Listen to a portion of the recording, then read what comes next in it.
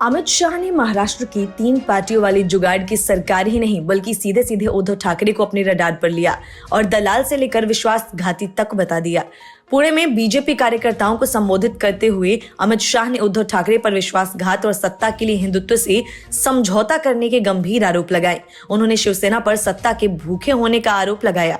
शाह ने कहा कि उद्धव ठाकरे को साफ साफ बता दिया गया था कि चुनाव के बाद देवेंद्र फडणवीस ही सीएम बनेंगे, लेकिन नतीजों के बाद सीएम बनने के लालच में शिवसेना ने बीजेपी के साथ विश्वासघात किया और सत्ता के लिए हिंदुत्व तक से समझौता कर लिया। अमित शाह ने महाराष्ट्र में शिवसेना, कांग्रेस और एनसीपी गठबंधन पर भी तंज किया और एमवीए सरकार की तुलना एक पंचर ऑटो से कर दी। शाह ने कहा, महाविकास आघाड़ी सरकार एक तिपाही ऑटो की तरह है जिसके 3 टायर अलग अलग दिशाओं में जा रहे हैं और सभी टायर पंचर हैं। यह नहीं चल रहा है और केवल प्रदूषण पैदा कर रहा है। लेकिन इस बार शाह का सबसे करारा वार शिवसेना के मुखिया उद्धव ठाकरे पर रहा। शाह ने महाराष्ट्र की महाविकास आघाड़ी गठबंधन सरकार पर हमला बोला और आरोप लगाया कि कांग्रेस एक डीलर है और शिवसेना एक दलाल, जबकि राष्ट्रवादी कांग्रेस पार्टी का संबंध तबादलों से है। इससे पहले भाजपा ने आरोप लगाया था कि राज्य के एक वरिष्ठ खुफिया अधिकारी ने अगस्त 2020 में वरिष्ठ पुलिस अधिकारियों के तबादलों के एक गिरोह का पर्दाफाश किया था। ठाकरे का संदर्भ देते हुए गृह मंत्री ने कहा कि प्रधानमंत्री मोदी और मेरी मौजूदगी में आपको बताया गया था कि चुनाव देवेंद्र फडणवीस के नेतृत्व में लड़ा गया, इसीलिए फडणवीस ही दोबारा मुख्यमंत्री होंगे। लेकिन आप मुख्यमंत्री बनना चाहते थे, इसीलिए आपने हमें धोखा दिया और आप मुख्यमंत्री बन गए। शिवसेना ने अमित शाह के आरोपों को बेबुनियाद बताया। अमित शाह के आरोपों पर शिवसेना के नेता अरविंद सावंत ने कहा कि शिवसेना जबान पर भरोसा करती है और कभी वादा खिलाफी नहीं करती। Bureau report, news of India. मौसम चुनावी है, इसीलिए राहुल गांधी आजकल सर्टिफिकेट बांट रहे हैं। कौन असली हिंदू और कौन नकली, कौन दिखावटी और कौन बनावटी। राहुल गांधी को शायद यह लगता है कि ऐसा करके वे बीजेपी से हिंदुत्व का मुद्दा छीन लेंगे। हालांकि ये सब राहुल पहले भी कर चुके हैं।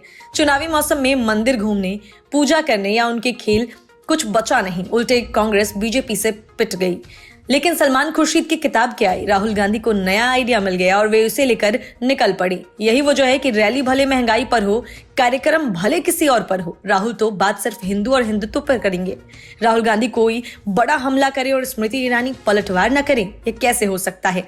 ईरानी भी असली हिंदू नकली हिंदू की बहस में कूद पड़ी हैं। गाजीपुर में एक चुनावी सभा में स्मृति ईरानी ने राहुल गांधी को चुनाव में कोट के ऊपर जनेऊ पहनने वाला नकली हिंदू ठहरा दिया।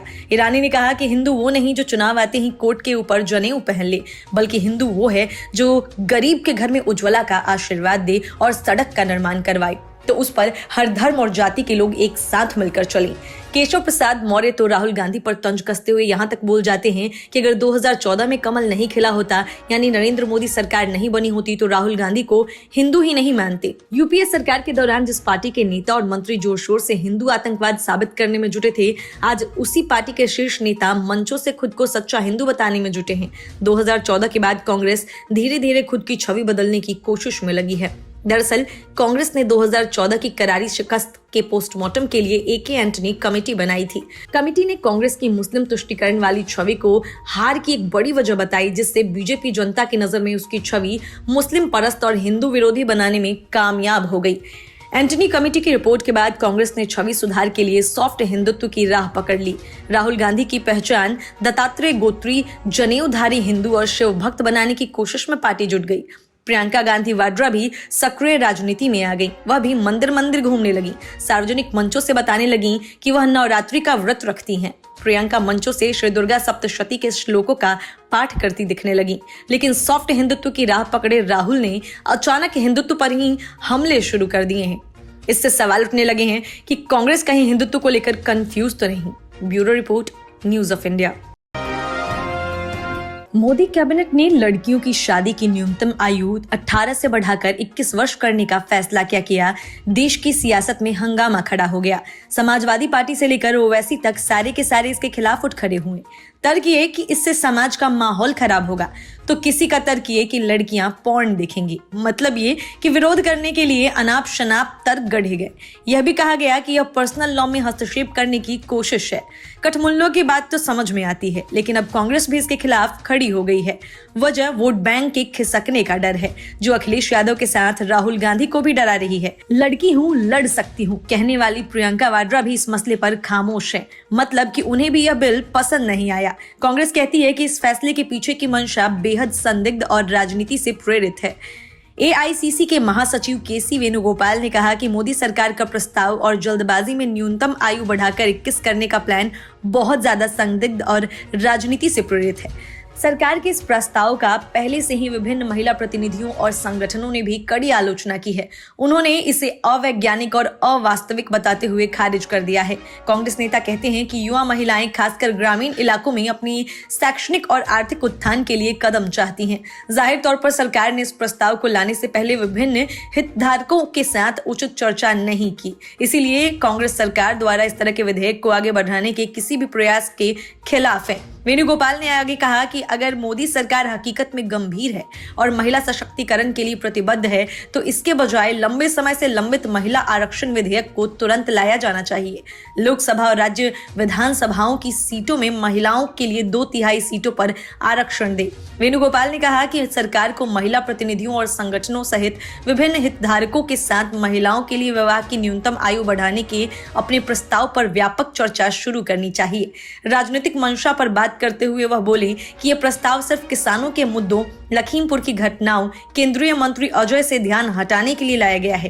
कांग्रेस के अलावा समाजवादी पार्टी, वामपंथी दल, IUML, AIMIA वो पार्टियां हैं जो प्रस्ताव के विरोध में उतरी हुई हैं। कुछ मुस्लिम संगठन आरोप लगा रहे हैं कि ये प्रस्ताव लाकर सरकार ने पर्सनल लॉ में घुसपैठ की कोशिश की है। Bureau report, news of India.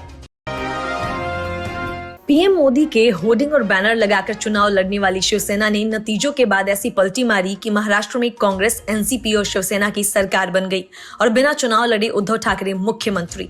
इतना ही नहीं, शिवसेना ने लगे हाथ बीजेपी पर धोखा देने तक का आरोप लगा दिया। अब जब अमित शाह ने उद्धव ठाकरे के झूठ का भांडा फोड़ा, तो शिवसेना में खलबली मच गई। शिवसेना के वैचारिक शीर्षस्थान पर अमित शाह ने चोट तो किया ही, उन्होंने उसे दलाल और धोखेबाज तक कह डाला। अमित शाह के जोरदार हमले से बौखलाई शिवसेना के सांसद संजय राउत अब मैदान में आए और कहा कि शिवसेना कभी हिंदुत्व नहीं छोड़ सकती है। संजय राउत ने दावा किया कि यह भाजपा थी जिसने 2014 में सत्ता में बड़ी हिस्सेदारी के लिए शिवसेना को छोड़ दिया। शिवसेना के प्रवक्ता ने यह भी कहा कि उनकी पार्टी हिंदुत्व को कभी नहीं छोड़ेगी। रहा सवाल ये कि अगर शिवसेना ने हिंदुत्व को नहीं छोड़ा या उससे सत्ता की खातिर समझौता नहीं किए, तो फिर उनकी सरकार के सहयोगी राहुल गांधी पूरे देश में घूमकर हिंदू और हिंदुत्व पर जो ज्ञान बांट रहे हैं, उसको लेकर उद्धव ठाकरे की पार्टी खामोश क्यों है? इसके पहले अमित शाह ने कहा कि उन्होंने और पीएम मोदी ने यह स्पष्ट कर दिया था कि फडणवीस 2019 के चुनाव के बाद महाराष्ट्र के मुख्यमंत्री बनेंगे। ठाकरे और शिवसेना पर निशाना साधते हुए अमित शाह ने कहा था कि चूंकि आप मुख्यमंत्री बनना चाहते थे, इसीलिए आपने भाजपा को धोखा दिया और सत्ता के लिए हिंदुत्व से समझौता करके मुख्यमंत्री बने। गृह मंत्री अमित शाह ने कहा कि शिवसेना सत्ता की भूखी थी। उन्होंने ठाकरे और शिवसेना पर निशाना साधते हुए ये भी कहा कि क्योंकि आपको मुख्यमंत्री बनना था, इसीलिए आपने बीजेपी को धोखा दिया और सत्ता के लिए हिंदुत्व से समझौता कर मुख्यमंत्री बन गए। अमित शाह के इन्हीं आरोपों पर प्रतिक्रिया करते हुए राउत ने कहा कि उनकी बातें वास्तविकता से काफी दूर हैं। हम इसमें सच्चाई का पता लगाने की कोशिश कर रहे हैं। हमसे हमारी सरकार और हमारे हिंदुत्व पर सवाल करके वे देश को गुमराह कर रहे हैं, लेकिन लोग उन पर विश्वास करने को तैयार नहीं है। मैं राज्य के नेताओं में यह निराशा देख सकता हूँ। Bureau report, news of India. Mamata Banerjee की कांग्रेस से नहीं पड़ती, लेकिन संसद में जब वोटर आईडी कार्ड को आधार कार्ड से जोड़ने जाने संबंधी बिल पेश हुआ, तो दोनों पार्टियों के बीच गजब का तालमेल दिखा। ममता और कांग्रेस ही नहीं, बल्कि ओवैसी से लेकर शरद पवार की पार्टी तक एक सुर में इस बिल का विरोध करने लगे।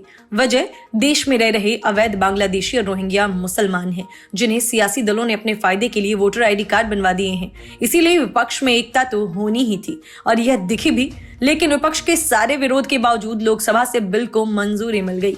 मतलब कि अब वोटर आईडी कार्ड को आधार कार्ड इसे जोड़ दिया जाएगा। इससे न केवल फर्जी वोटर्स पर लगाम लगेगा बल्कि एक शहर से दूसरे शहर शिफ्ट होने वाले लोगों को भी फिर से वोटर आईडी कार्ड बनवाने के झंझट से मुक्ति मिलेगी। संसद में चुनाव सुधार बिल पेश होते ही विपक्षी दलों ने खूब हंगामा किया। सदस्यों के शोर शराबे के बीच ये बिल लोकसभा में पास कर दिया। राज्यसभा को इससे पहले ही स्थगित कर दिया गया था। इस बिल के तहत आधार और वोटर कार्ड को जोड़ने का प्रावधान है। केंद्रीय मंत्री किरण रिजिजू ने बिल पास होने के बाद कहा कि आधार कार्ड को वोटर लिस्ट के साथ जोड़ना अनिवार्य नहीं है, ये स्वैच्छिक है, ये वैकल्पिक है। इससे एड्रेस पता करने में मदद होगी, फर्जी वोटिंग को रोकने में मदद होगी। सरकार ने लोकसभा में जैसे ही इस बिल को पेश किया वैसे ही हंगामा शुरू हो गया। विपक्षी दलों ने इसका जमकर विरोध किया।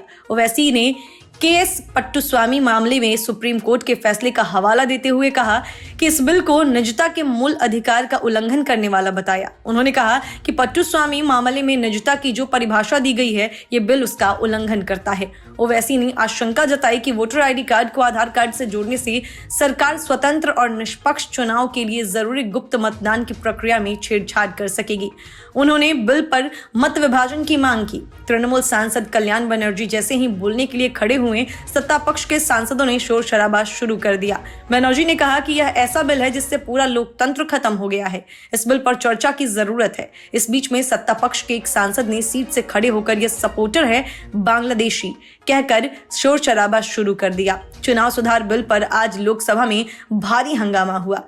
कांग्रेस और दूसरे विपक्षी दलों ने इसकी जरूरत पर सवाल उठाए। दरअसल इस बिल के तहत आधार को वोटर आईडी कार्ड से जोड़ने की बात कही गई है। सरकार का कहना है कि इस सुधार बिल से फर्जी वोटिंग पर रोक लगाई जा सकेगी। केंद्रीय कानून मंत्री किरण रिजिजू ने इसकी जरूरत और उपयोगिता समझाई, लेकिन विपक्षी सांसद नहीं माने। ओवैसी ने इस बिल का विरोध करते हुए कहा कि सरकार इस बिल का अपने हितों के लिए इस्तेमाल कर सकती है, इसीलिए मैं चाहता हूं कि इस बिल को संसद में रखने जाने को लेकर डिवीजन हो। उन्होंने बार बार डिवीजन की बात दोहराई और हंगामा जारी रखा। कांग्रेस के मनीष तिवारी भी इसका विरोध कर रहे थे।